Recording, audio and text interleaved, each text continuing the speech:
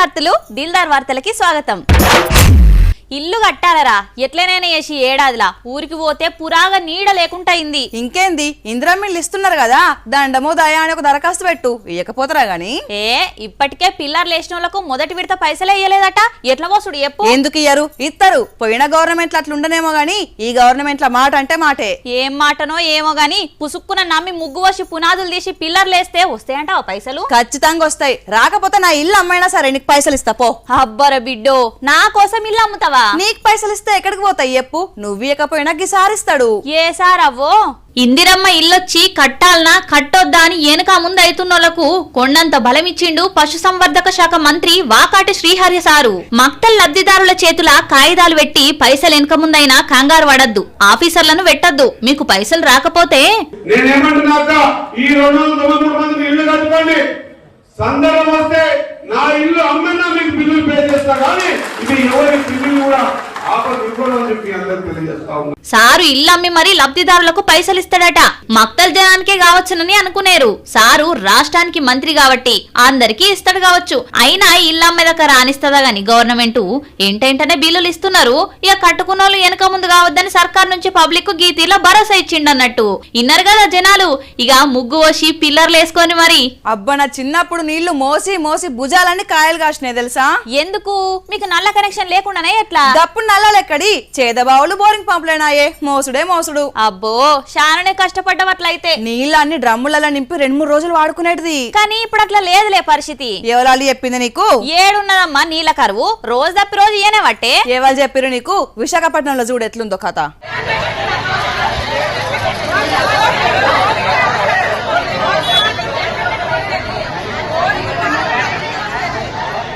అగో అమ్మలెక్కలంతా బిందెలు పట్టుకుని బజార్లకు వస్తున్నారు. ఏమైంది అని అంటారా? మంచి వానకాలంలో కూడా మంచి నీళ్ళు వస్తలేవు మహాప్రభో అని అంటున్నారు. విశాఖపట్నం బక్కనపాలెం దిక్కున్న గిల్లంతా అగ చూడుండ్రి ఖాళీ బిందెలన్నీ ఎట్లా వరుసలో పెట్టిండ్రో. బిందెలతో పాటు మహిళలు కూడా దండిగానే దళం కట్టిండ్రు. ఎన్ని రోజులైతున్నది ఏం కథ అమ్మ నీళ్ళు రాక? త్రాగడానికి కూడా వాటర్ రావట్లేదు. బయట నుంచి తెచ్చుకోవాలని కూడా ఇబ్బంది అవుతుంది. పిల్లలు స్కూల్ కి వెళ్లేటప్పుడు కూడా చాలా ఇబ్బందికరంగా ఉంటుంది. వాటర్ లేక చాలా అవస్థ పడుతున్నాం. ఫ్లోర్ వరకు మోసుకోవాలంటే చాలా కష్టం అవుతుందండి. బోరింగ్ కొట్టుకొని పై ఫ్లోర్ వరకు మొయ్యాలంటే మొయ్యలేకపోతున్నా.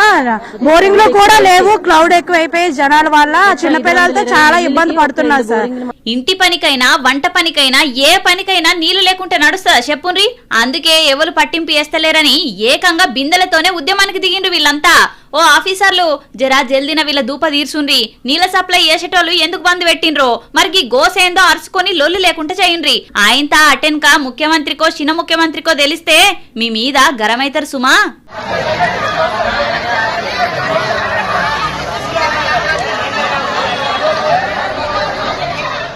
పిల్లలకు పరేషానే ఉన్నది. దేనికి పరేషాన్? సర్కార్ అన్ని సవలతులు చక్కగానే చూడబట్టే కదా. అదే పరేషాన్ అంటే ఇక ఇప్పుడు బళ్ళు కాలేజీలు షురువైనాయి కదా. క్యాస్ట్ సర్టిఫికెట్లు ఇన్కమ్ సర్టిఫికెట్లు కావాలి కదా. దానిది ఏముంది చెప్పు? నీకు ఇట్లా కావాలంటే చెప్పు, ఒక 10,000 ఇస్తే 1/2 నిమిషంలో సర్టిఫికెట్లు చేతిలో పెడతా. గట్లెట్లయితది? మీ సేవల దరఖాస్తు పెట్టాలి, ఆఫీసర్లు ఎంక్వైరీ చెయ్యాలి, ఒక 2 రోజులన్నా తహసీల్దార్ ఆఫీస్ చుట్టూ తిరగాలి కదా. అవన్నీ అప్పుడు. ఇప్పుడు పైసలు ఇవ్వాలి, పని పట్టుమని 10 నిమిషాలు కాక ముందే పని చేయించుకోవాలి. ఇంతకు నువ్వు చేయించేది ఒరిజినల్ సర్టిఫికెట్లేనా? బుజ్జమ్మ ఎంత ఒరిజినల్ నేను చేయించేటి కూడా అంతే ఒరిజినల్. ఇంతకు నీకు ఆ డౌట్ ఎందుకు వచ్చింది? సంగారెడ్డి జిల్లాలో జరిగిన కథ చూసిన అందుకే గుర్తుకొచ్చింది. ఏం కథ అయిందో?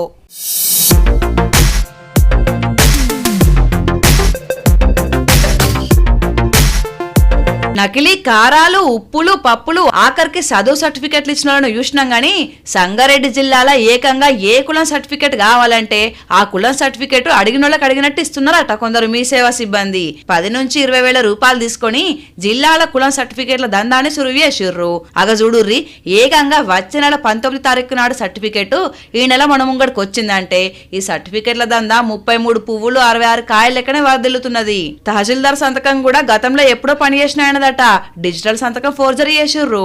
మీ సేవా సెంటర్స్ జిన్నారం మండలానికి సంబంధించిన సెంటర్లో ఎక్కడ ఇది ప్రింట్అవుట్ ఇవ్వలేదు. అప్రూవల్గా ఆ ఐపీ అడ్రస్లు ట్రేస్ చేయడం జరిగింది. ఇది పూర్తిగా ఒక ఫేక్గా ట్యాంపర్ చేసి తహసీల్దార్ గారి సైన్ కూడా ట్యాంపర్ చేసి ఆ అప్లికెంట్స్కి వాళ్ళకి ఇవ్వడం జరిగింది. మీరైతే ఆ దొంగలు దొరకట్టే పని అయ్యుండ్రు గాని ఆదర్శ పాఠశాలల ప్రవేశం కోసం స్కాలర్షిప్ల కోసం అడ్డదారులు దొక్కి సర్టిఫికెట్లు తెస్తే ఇప్పుడు కేసుల పాలవుతున్నారు. పిల్లలకు మంచి మార్గం చూపెట్టాల్సిన తల్లిదండ్రులే ఇట్లా వక్ర మార్గంలో లేని సర్టిఫికెట్లు తెచ్చుకొని మీరు కేసుల పాలు కావద్దు, పిల్లల్ని బదనం చేయొద్దు, చూసుకోరు మరి.